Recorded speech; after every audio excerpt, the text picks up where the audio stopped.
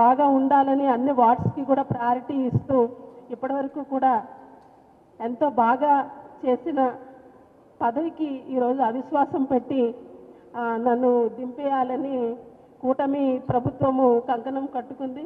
అది ఎంతవరకు సమంజసమో పత్రికా మిత్రుల ద్వారా ప్రజలకి నేను విన్నవించుకుంటున్నాను.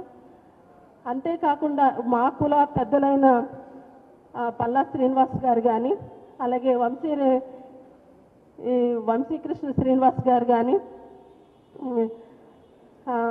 ఒక మీ సోదర సమానురాలైన మేయర్ గారి మీద అవిశ్వాసం పెట్టడము అది ఎంతవరకు కరెక్ట్ అన్నది మీరు ఆలోచించాలి. ఏదో కుట్రలు కుతంత్రాలు చేసి నన్ను దించేద్దామని ఎన్నో ప్రయత్నాలు చేస్తున్నారు. ఒకప్పుడు మీరే నాకు మేయర్గా అప్పుడు